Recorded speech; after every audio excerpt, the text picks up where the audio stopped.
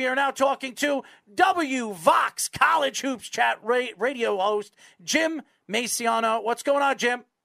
Hello, gentlemen. Thank you for the invitation. Nice to be here tonight. Enjoyed your chat on Aaron Judge. Since I'm a New York Mets fan, it's much more fun for me to watch the whole thing. Well, I will say this. I'm not going to be surprised if the Mets are going to make a bid for him in the offseason because why wouldn't they? Why wouldn't they? Absolutely. If he becomes available, I know he wants to stay in New York. That's where him and his wife just bought their first and new house. So why wouldn't they want to stay there? And if it's not the Yankees that are going to give him the $260 million he thinks he's going to get, well, why not the Mets? And I could see the Mets absolutely doing that. Wouldn't shock me. Wouldn't shock me. Right now, I'm more worried about Jacob deGrom coming back in the next couple of months. That's my major priority in life. Well, you say in the next couple of months. I will say this. Don't be surprised if Jacob deGrom doesn't come back until probably the end of June. That's where I feel that's where it's going to fall. Wouldn't shock me. Yeah, would not shock me. They're going to be extra careful, obviously, with him when he comes back. And look, I wouldn't be shocked if he came back after the All-Star break. Here's the problem with Jacob deGrom. Jacob deGrom can opt out of his contract at the end of this year, which means if the Mets sit back and say Jacob deGrom is only going to pitch 2.5 months, 3 months this year, and he only gets 15 starts, do you extend him? He is going to want Max Scherzer money. That's what he's going to want. And Max, he's a better pitcher than Max Scherzer. Let's be honest. When he is on the top of his game, there's no pitcher in baseball as good as Jacob deGrom. There's just nobody. So when you look back and you look at what he is now for what he was 2-3 years ago, it should worry you as a Met fan because he will opt out of that contract, which makes him an unrestricted free agent. And like I said, yes, the Mets have the money. Yes, Steve Cohen has the money. That doesn't mean they're going to extend him. You know, there's a similarity in these conversations, right? Aaron Judge is a homegrown player. He turned into a star, but injuries have been an issue. Jacob deGrom is a homegrown player. He turned into a star. Injuries are an issue. There's a similarity between the two. Wouldn't it be so funny that Jacob deGrom goes to the Yankees and Aaron Judge goes to the Mets? That would be and they both get hurt and their careers are over. Listen, I just want to beat the Phillies tonight. If I could just get past the Phillies tonight and go 4-2 with the Mets, I'll be happy. So why don't we get into your career as a College Hoops Chat radio show host? What made you get into Radio 1? 2, how long you been in it? And 3, what is it like being a college radio show host? So, couple things. So, I'm an attorney by trade. That's what I've done for my life. But I also was an elected official. And when I started running for office back in the 90s, WVOX, they're going to love that you called them Vox. I'm going to tell them that. They're going to get a great kick out of it. They go by WVOX, but they called me. I ran for office for the mayor of my hometown. I was 32, living at my parents' house. I ran for mayor of my home city, New Rochelle, New York, and almost won. It was very close. And because of that, they offered me a radio show to talk about public events. So I've been on WVOX since 1996. Wow. And then over the years, I did get elected, and I was a legislator for 20 years. Then I retired. Then they kept me on after I retired to continue to talk about public affairs. But when I retired as a legislator and just got a 9-to-5 job in government, what I do is for a living is I'm the Westchester County Consumer Protection Director. I run the department that protects consumer protection in Westchester County. Great job. I'm a very, very happy guy. But the cool thing about it was when you're a politician, you work all day, and then you go to events all night. Your life is not your own. Right. When I became the Consumer Protection Director, I was a 9-to-5er for the first time in my life. Now I found some extra time. I went to VOX and said, I'm a college basketball nut.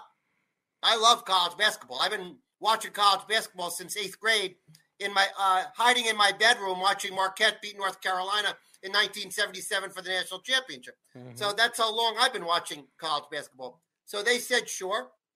2 years ago, we started the show. And one of the things we thought would help the show was that Rick Pitino just took the job at Iona College. So we thought in our listening base, New Rochelle, New York is where Iona is where WVOX is, people would be more interested in college basketball because of Pitino. And that did turn out to be true.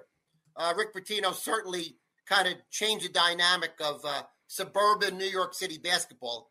a lot of people became Iona fans real fast when you had a Hall of Fame coach there.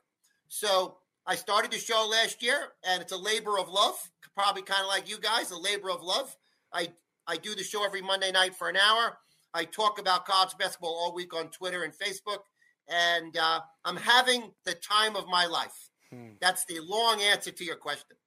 I'm sure St. Peter's helped put your conference on the map too for the for the other listeners. Iona was the regular season; they were the favorite the year. Funny thing about it, as I sat there and watched St. Peter's beat one team after Kentucky, Murray State, Purdue, one team after other, I never stopped reminding myself Iona beat them both times in the regular season. I watched both games. I was at the home game, so it's kind of crazy for Iona fans saying, "Wait, what?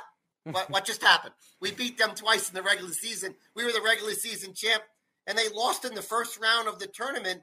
Well, actually, the second round because of the play-in. But they lost to team number 9. Rick Pitino, Hall of Fame coach with a really good team, lost to number 9 in the tournament. It was kind of shocking. And this was the same Iona team last year that held tough with a number 2 Alabama last year that was one of the best regular season teams. So definitely surprising. The theory was if you give Rick Pitino a week to prepare for anyone, his team will be in the game, which turned out to be true that day.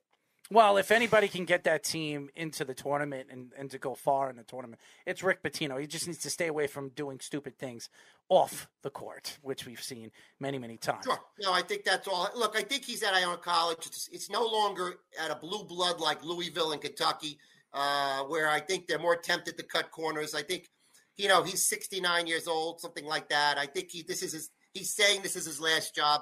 I think he just wants to coach and have fun and do well. And he's doing that. We are talking to WVOX College Hoops Chat radio host Jim Maisano. So, Jim, let's get into the other sports that you really follow. You follow the Giants, you follow the Mets, and you follow the Rangers. So let's go in quickly to hockey with the Rangers. The Rangers clinched a playoff spot over the weekend, and now moving on to the playoffs. They're right now, if the season were to end, they'd match up against the Washington Capitals. Looking into round number 1 against the Washington Capitals, which, by the way, they've had a lot of bad luck over the years against the Washington Capitals. Are you happy about this matchup if this winds up to be the matchup? Yeah, I have no problem with it. I think that this Ranger team can play and beat the Capitals. I don't feel like intimidated. The funny thing, back in the 2015, 2014, 2016, we did pretty well against the Capitals. It's only been later we struggled with them. The Lundqvist days where we went to the finals against the Kings, we actually beat the Capitals in the playoffs those years. So, it's up and down. It's back and forth. Hockey's a crazy sport. It's really about the chemistry and how a team getting hot in the playoffs. And I guess, as we sit here, we don't know who's going to get hot right now. That year, 2015, when the Rangers lost in the finals, nobody thought the LA Kings were going to win the championship. Nobody, in March, would have thought the Kings. They had a great goalie. They had a very good team. But they struggled in every round of the playoff and somehow won the Stanley Cup. So, hockey's, teams don't tend to repeat, only every now and then. Right. But it's a tough playoff. So Rangers have a great goalie. They've got some good veteran players that are having good seasons. I'm not going to sit here and tell you we're going to win the cup, but I think we're a viable team that can go a couple rounds. That Kings team was down 3-0 to the Sharks, too, in the first round. That? Yeah. I think they had 7-game playoffs in the first 3 rounds. Yeah. The Anaheim and the Chicago ones weren't. Yeah. It was a crazy team. So, I was just going to ask. So, look, I'm excited. Listen, considering that only a couple years ago the Rangers tore it all down to build it back up, and here we are already with a team with one of the better records. I will give Chris Drury a lot of credit. I know Chris. I actually played hockey against Chris Drury. Wow. Yes, so I know him personally. He's a great athlete. He played in the Little League World Series. Guy's an unbelievable athlete. I did not think this was going to be a successful move. And we have to see, obviously next year and the year after, how this team is going to get built, because they're going to lose players. They don't have a lot of money in the offseason. So I'm going to be very interested how he keeps this team together, or what he's going to do in trades. Are they going to trade Capocacco? Are they going to trade Lafreniere or somebody like that, where they can add some defense? What are you going to do with Strome? Yep. And what are you going to do with Strome? I think Ryan Strome's just an add-on type of player. He's had a good. But the bread man loves him. Yeah. The bread man loves him. Who's the bread man? That's the bottom line. I mean, he loves to play with him, so that changes the dynamic in making the decision. I just think he's an above-average center, but they have a symmetry, Panarin and Strome, and it's really worked for the last couple of years, and that's a factor they got to face. I don't know if they can keep Strome, based on everything you just said. Got a lot of young guys coming up looking for contracts, too. Yeah, I don't think they're keeping Ryan Strome. That's just me. I think the Rangers in position, and I think that's why the Islanders were very, very smart, and they had a really tough season with the COVID situation, and then obviously not having a home game in the beginning of the season. The Islanders, they're playing good hockey right now, but a little too late. But I think they kept all their players. They're all under contract, and they're bringing back Zach Parise. They're bringing back Clutterbuck, and they're going to have a lot of money. They're going to have like 14, 15 million if Varlamov is gone. They'll have enough money where if they want to bring 2 stars in to play on this team offensively, they can. So the Islanders, I expect next year to be, and they have a great goalie too. So it's going to be very, very interesting. But I really want to get into now moving on to the Giants and the New York Giants. The draft is right around the corner. Me and Speedy have been talking about this. Where do the Giants go at at draft pick 5 and 7? I really think the weakness part of this team is their offensive line. They have Thomas there. This is a very weak line, and if they think Daniel Jones is the future of this team, which I believe he still is, if they put the right pieces around him, they need to draft at 5 an offensive lineman and at 7 an offensive lineman and solidify this offensive line for the next 5 to 6 years. There is zero doubt in my mind that they're taking a lineman in the first round. I think it's going to be the guy from Alabama, but they're taking an offensive lineman to tackle, obviously, in the first round, and their first pick of the 2 that they have back. But they have those 2 early picks. I don't think there's any doubt. I think you're right, 100% right. I'm with you. Yes, offensive line.